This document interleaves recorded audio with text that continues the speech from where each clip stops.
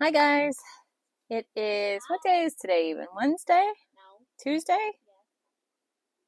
Okay, I guess it's Tuesday. We are out in the high tunnel and we are planting finally. That makes me so happy. Yesterday we put the onion sets in the middle of this bed here, and that leaves me room to go along the edges with some things. I'm gonna put lettuce and bunching onions along the edges of that bed and see what else I have room for. On this bed over here, I'm gonna do some cabbage. I'm choosing short cabbage this right now. I am going with one that is a 60-day variety, and this one's 60 to 65. I'm not sure which one this is. But the reason why is because when I harvest them, I'm going to immediately plant my tomatoes and peppers in this garden. So I want to make sure that these things harvest relatively quickly. That way I can get them planted, get them harvested, and get the next vegetables in here to be grown. The other thing I'm going to plant in here with these cabbages are some radishes.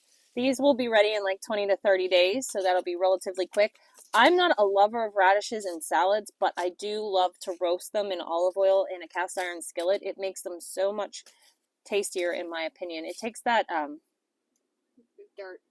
pepperiness out of it. See who's here? Is that Daddy home? Or somebody just going down the road? A white box truck. Just a delivery driver. Anyway, so the radishes we're going to go ahead and plant. I'm also going to put, I have some carrots. Also, you have to make sure you check your days to harvest. So these will be all 60, 70 days. Carrots, they don't get super huge, so I'm not too worried about them going to interfere with my tomato planting. But I'm going to do the Scarlet Nance carrots, Red Sun carrots, and Yellowstone carrots. So I get my orange, my red, and my yellow carrots in there. Those will all go in. I'm also going to do beets. These are 50 to 60 days, just run-of-the-mill beets. I really need to can some beets. I'm almost out of beets. And then something else I'm going to try this year is turnips. So I'm going to get some of these in as well. Yeah, I don't even know.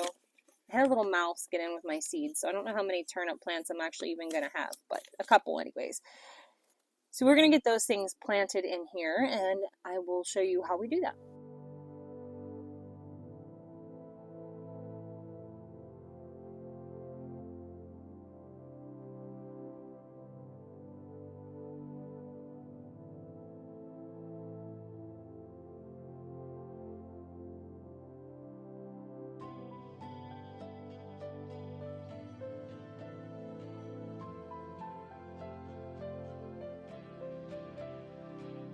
All right, we got this entire high tunnel completely full of seeds. I couldn't be more excited. So somebody did ask me, you're planting seeds directly into the ground. Yes, I am, but only certain types of things. So I wouldn't plant a tomato seed directly into the ground. I would seed start it and then transplant it. But these types of plants will actually do just fine, especially at this time of year in this setting. They'll actually thrive just putting the seed straight into the ground. There's certain things you can, like melons and beans, which I didn't plant today, of course. It's too early for that. But these also do real well, just direct sown straight into the ground. So what we did today, I'll show you. This first bed here, let me move over here a little bit so you can see. Okay, this first bed, we did cabbage along the back of it. And then in the front, we did carrots, and we did that the whole way down. So I have different varieties of carrots, different varieties of cabbage in this whole entire bed here. So the carrots will grow to the front, and then when the cabbage fills out and gets leafy, the carrots really won't interfere, and the cabbage won't interfere with the carrots either. What will happen is the shade from the cabbage leaves will actually help the carrots not get woody and go straight to blossom or whatnot. So I noticed my onion. There we go. Okay, so in the center of this middle bed is all onions. We have yellow, white, and red onions. And on the edge of it, what did I plant in this side, Harley? Oh yeah, on the edge this side I did leaf lettuce, and it goes up the other ways just a little bit. and then it stopped, and I planted bunching onions up there along the edge. So these things, again, they're all just going to come up. They're not going to interfere with one another. And then over here on this final bed, I did some kale. So we did some dino kale, which is Nero di Toscano kale. We did dwarf blue and red Russian. And up here we did beets. And this bed we did this direction. So we did some turnips, 2 types of radishes, and more beets. So this thing is jam-packed full of mostly root vegetables, because those things and brassicas grow really, really good at this time of year.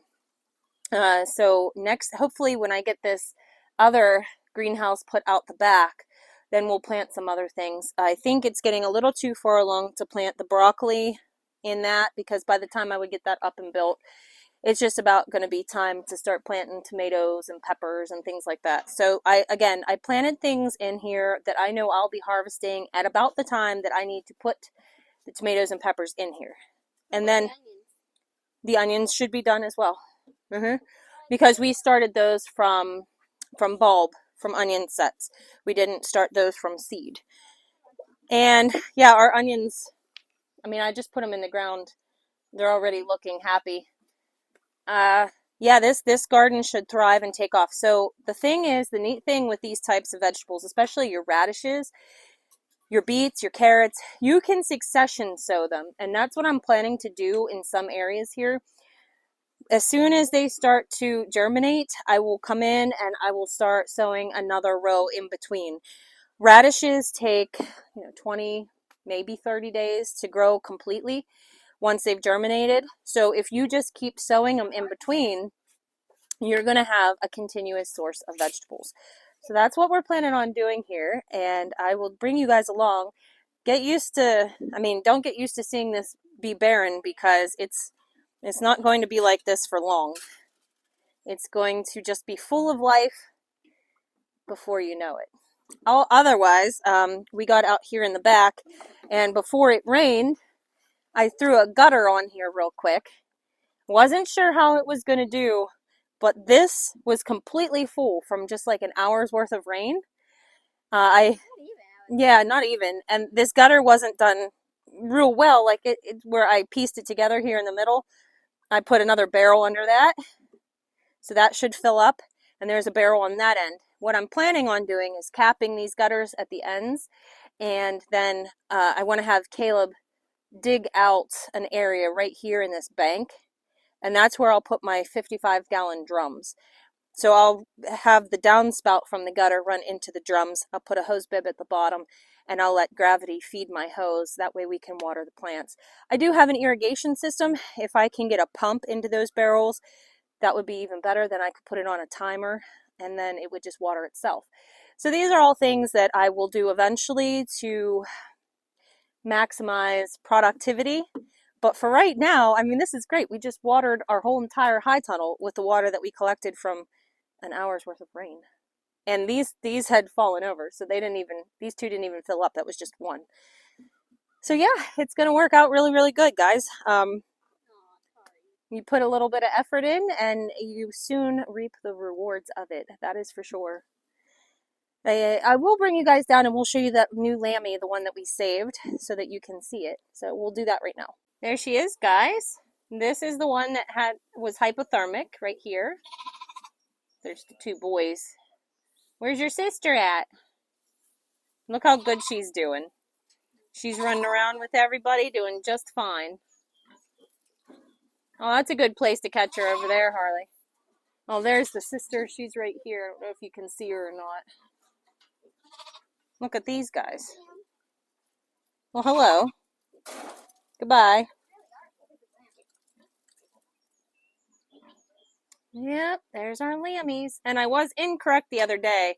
We are doubling our sheep flock because we're retaining 6 ewe lambs. I forgot about Cherry, who's over there. Cherry is the 6th one, so well, that's the other twin that was just born. That's Lilac. What?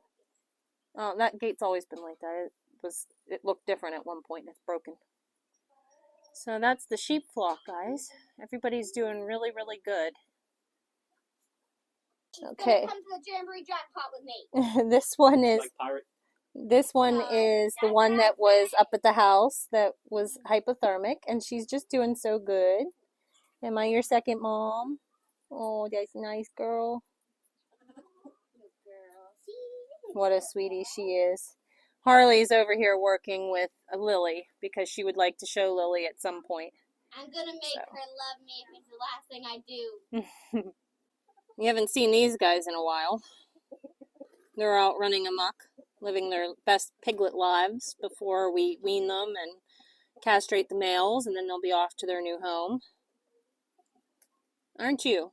You curious one, huh? So cute. All right, guys. Well, with that, that's going to be the end of it for the day. We'll have to do barn work later and everything, but yeah, I'm so happy we got the high tunnel all planted, and I can't wait for things to just grow like crazy in there. It's going to be really good. So before long, it's going to be full of life. So excited to have that. Now, the next things I have to do, I got to work on this front garden here. Get it closed back off to the chickens, get new gates built, get that cleaned up because I can start planting things in there soon too. Spinach is another one. It's getting to be that time of year, guys. I know it's just February, but it'll be here before we know it. So time to get things growing.